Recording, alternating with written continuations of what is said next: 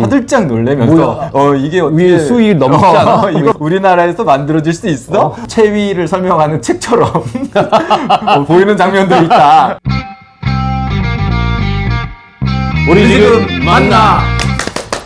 반갑습니다. 반갑습니다. 오랜만에 진짜 반갑습니다. 우리 감독님의 본인 소개, 작품 소개, 네. 여태까지 어떤 영화를 하셨는지 소개를 부탁드리겠습니다. 안녕하세요, 장철수입니다. 저는 그 김봉남 살인 사건의 전말로 데뷔했고 은밀하게 위대하게라는 작품으로 이제 두 번째 작품 찍고 9년 만에 세 번째 작품 인민을 위해 복무하라를 들고 왔는데요. 10년을 안 넘긴 걸 너무 다행으로 생각하고 어쨌든 뭐 새 작품 하면서 작품성 그 예술성에 좀 더 치중한 작품도 있었고 상업성, 대중성에 치중한 작품도 있었고 사실 이번에는 이제 그런 것들이 다 섞여 있는 작품이라고 생각해서 오래전부터 준비했는데 이 작품 특성상 뭐 노출에 관련된 부분도 어려움이 있었고 하다 보니까 시간이 굉장히 오래 걸린 것 같아요. 그래서 우리 장 감독님이 작품 세계의 데뷔작을 딱 봤을 때 어떤 느낌이었냐면 야 이분 진짜 끝까지 가시는데?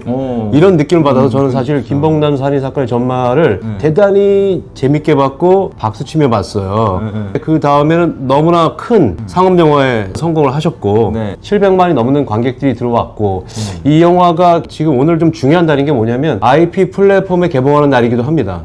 집에 있는 텔레비전 모든 것에서 네이버 다음 뭐 기타 등등해서 우리 장 감독님 응원하시고 싶은 분들 다른 얘기 필요할 거 없이 직접 다운로드 하시면 됩니다. 네, 극장에서도 하고 있고 편하신 대로 이렇게 보실 수 있는 날이 됐네요. 그렇죠? 영화관에서 보기가 너무 어려워진 상황이 되었기 때문에 집에서 편안하게 아내와 함께 이 영화를 같이 보면 재밌겠다라는 생각이 듭니다. 맞아요. 이제 멜로에 굉장히 치중한 영화거든요. 뭐 새끼 분위기도 많이 내고 하긴 했는데 사실은 그런 스릴의 어떤 분위기보다는 옛날에 장자크 아노 감독의 연인 오히려 그런 쪽으로 더 비슷하다면 비슷할 수 있는 그런 풍으로 만들었고 근데 특이하게 저희는 어떤 특정 국가라기보다는 가상의 국가를 설정해요. 이 부분 되게 중요한 거죠. 네, 그래서 지금까지 시도하지 않았던 부분들까지도 이렇게 좀 재미 요소로 보일 수 있지 않나 그런 생각이 들고 약간 블랙 코미디 요소들도 많이 넣었어요. 네, 의도적으로 넣은 거니까 왜 이렇게 진지하기만 한 영화에서 이렇게 웃음 코드를 넣었을까라고 느끼실 수도 있는데 사실 좀 삶이라는 게 부조리할 때가 있잖아요. 네, 그럴 때 어떤 웃음이 터질 수 있고 부조리한 상황 속에 웃음이 나오는 거죠. 네, 그렇죠. 그러니까 그런 요소들 찰리 채플린도 이제 그런 말씀하셨어요. 삶은 뭐 가까이서 보면은 비극이고 멀리서 보면 희극이다 이런 건 말씀처럼 영화도 이제 어떤 거리에서 보느냐에 따라서 이들의 어떤 이야기가 좀 슬프기도 하고 또 웃기기도 하고 그런 것 같아요. 이 영화에 대한 어떤 마케팅 포인트로 제가 이걸 봤어요. 새끼보다 위험천만하고 하양연화보다 매혹적이다. 사실 이 공간에 대한 것들이 대단히 매력적이긴 한데 감독님이 이 영화 안에 담고자 하는 이야기를 오랫동안 준비하셨다고 했잖아요. 얼마나 준비하신 겁니까? 아 진짜 눈물이 앞을 가리네요. 처음 시나리오 쓴 거는 솔직히 11년 전 됐고 11년 전? 네, 그러고 나서 추진을 한번 해봤어요. 캐스팅도 좀 이렇게 돌려보고 했는데 다들 너무 그냥 고사하는 게 아니라 화들짝 놀래면서 이게 어떻게 위에 수위 넘지 않아? 이거 우리나라에서 만들어질 수 있어? 오히려 막 서로 물어보고 그런 느낌이었어요. 그러니까 지금도 뭐 세다고 할 수 있지만 그때 당시에는 되게 더 세게 느꼈던 것 같고 이런 노출 있는 영화는 간략하게 하고 넘어가고 현장에서 뭐 더 배우를 설득해서 찍는다든가 이런 식이거든요. 근데 이거는 아주 자세하게 묘사가 돼 있으니까 시나리오부터 그러니까 사람들이 너무 놀랬고 이거는 진짜 제대로 하려고 하는구나 그런 느낌을 받았던 것 같아요. 그러다 보니까 투자 모든 면에서 어려움이 있었고 그래서 김봉남 끝나고 바로 하고 싶었던 작품인데 그 사이에 이제 은밀하게 위대하게 제안이 들어서 중간에 하게 됐고 근데 관객이 어느 정도 들어서 이 작품을 좀 수월하게 할 수 있겠구나 생각했는데 그렇지 못했고 그러는 와중에 이때까지 온 것 같아요. 우리 장철수 감독님이 첫 작품 이후에 곧바로 진행하고 싶었으나 10년 세월 가까운 동안 그냥 고난의 행군을 하신 작품 캐스팅할 때 정말 어려웠을 것 같은 게 예상이 되는데 캐스팅 비화나 어려운 부분을 어떻게 극복하셨나요?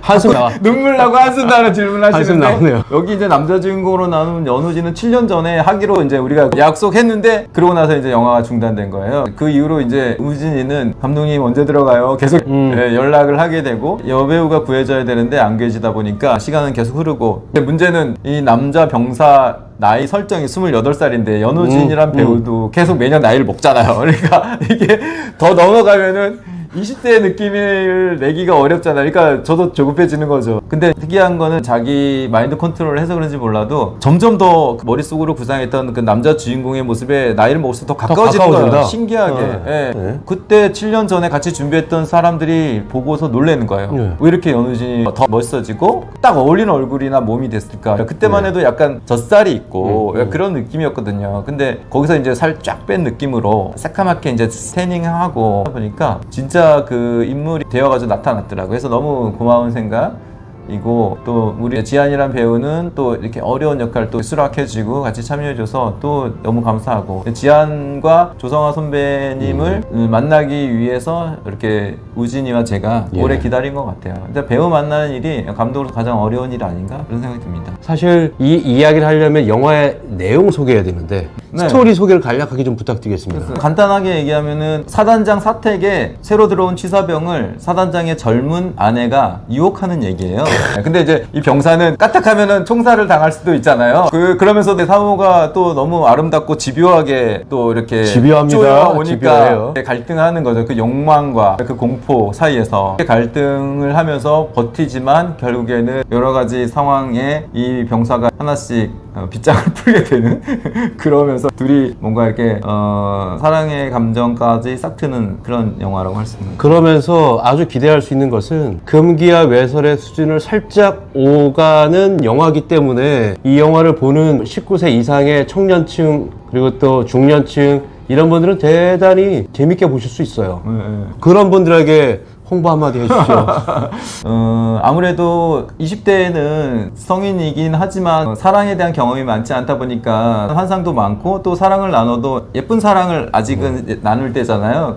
그래서 이제 20대들이 보기에는 이 사랑이 되게 징글징글하다라고 느낄 수도 있는데, 뭐 30대 특히 이제 40대가 넘어가는 분들은 되게 이거를 아마 더 잘 이해할 수 있는, 이렇게 연애도 많이 해보고 뭐 결혼 생활을 해본 분들도 있을 테고, 이러면서 이제 남녀간의 뭐 사랑이라고 하는 것 안에는 정말로 수많은 감정들이 내재돼 있잖아요. 겉으로 한마디로 사랑이나 연애라고 간략하게 얘기할 수 있지만 그 안에는 정말 남녀 사이의 모든 뭐 극대치의 어떤 환희서부터 그냥 가장 밑바닥에 정말 그것까지 여러 가지 그 상황들을 이 영화에서는 다 보여주고 싶었어요. 그래서 최대한 둘이 뭐 짧은 시간 같이 있는 거지만 그게 마치 한 인생 전체를 산 사람들이 느낄 만한 그 감정들을 압축해서 넣어야겠다 이런 생각으로 하다 보니까 그 사이에 이제 그 둘 간의 어떤 뭐 정사씬 그런 것이 그 안에서도 뭔가 둘의 어떤 갈등이라든가 감정을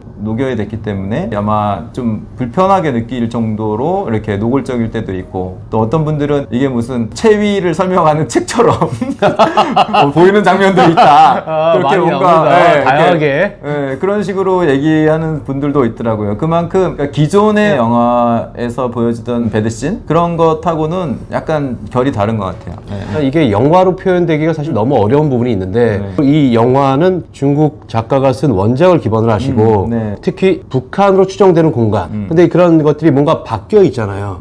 사실 북한말을 쓰지 않아요. 그러니까 약간 오해가 생길 수 있는 여지가 있기 때문에 그런 부분들에서 감독으로 생각하신 부분이 분명히 있을 것 같은데 어떻게 생각하셨나요? 정말 어느 날 이 작품은 너무 좋은데 과연 이걸 어떻게 영화로 할 수 있을까라고 했다가 이걸 북한으로 바꾸면 되겠다. 그게 굉장히 저한테는 큰 아이디어였어요. 북한으로 바꾸는 순간 다 말이 되는 거예요. 그 목숨을 걸고 그 상태까지 간다. 그렇죠. 그리고 예를 들어서 이 원작을 만약에 뭐 다른 나라에서 만든다 하면은 사회주의 국가에서는 이 영화를 못 만들죠. 그렇죠. 사회주의랑 같은 언어를 쓰는 어떤 나라에서 이거를 만들어야 되는데 그거는 또 남한밖에 없더라고요. 그래서 이건 우리나라에서 만들 수 있겠구나. 그래서 잘 됐다. 이제 북한으로 막 처음에 생각했는데 왜 이걸 북한으로 하느냐. 그냥 남한은 70년대로 하면 되지 않냐. 이런 얘기를 많이 들었어요. 아무리 생각해도 남한은 보다 북한이 훨씬 무서울 것 같은 거예요. 같은 상황이. 남한에서도 뭐 사단장의 부인과 이제 놀아난다면 큰 일을 당할 수 있지만 즉각 총살 이런 거는 우리나라에서는 상상하기 힘들잖아요. 그래가지고 저는 북한을 설정을 해야지만 이 무서운 상황이 특별한 설명 없이도 될 것 같다고 해서 북한으로 하려고 했으나 이제 또 멜로를 살려야 되는데 멜로를 북한 사투리로 했을 경우에는 거리감이 생길 수 있을 것 같은 거예요. 관객들이 북한 특유의 그 사투리에 대해서는 우리랑 다르다는 어떤 이질감을 느끼잖아요. 그래서 뭐 코믹이나 스릴러 같은 거는 북한 사투리를 써도 우리가 잘 감정이입이 되는데 멜로만큼은 안 될 것 같은 거예요. 네. 그래가지고 아 이게 사투리를 안 쓰고 어떤 사회주의 체제를 보여주려고 하면은 어떤 가상의 국가 느낌으로 했을 때는 또 말이 되겠다. 예. 어떤 도전이고 모험이었죠. 참고로 저는 이 영화를 미리 봤는데 저희 아내랑 아주 재밌게 봤어요.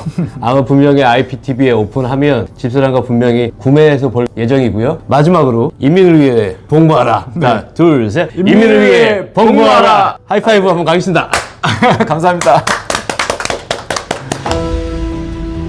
사단장 동지와 사단장 동지 가정을 위해 봉사하는 것이 바로 인민을 위해 복무하는 것임을 명심해야 합니다.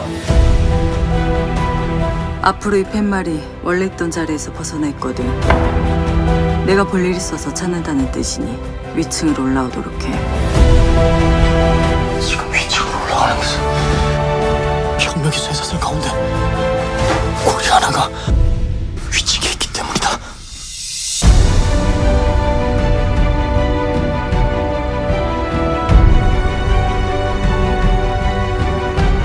전 두려워요. 아무것도 두려워하지 마. 내가 2층엔 올라오지 말랬지!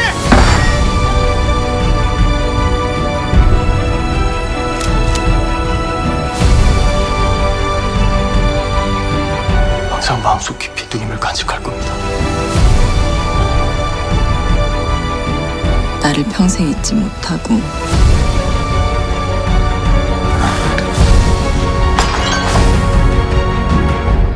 내 몸을 평생 잊지 못하게 해주고 싶어.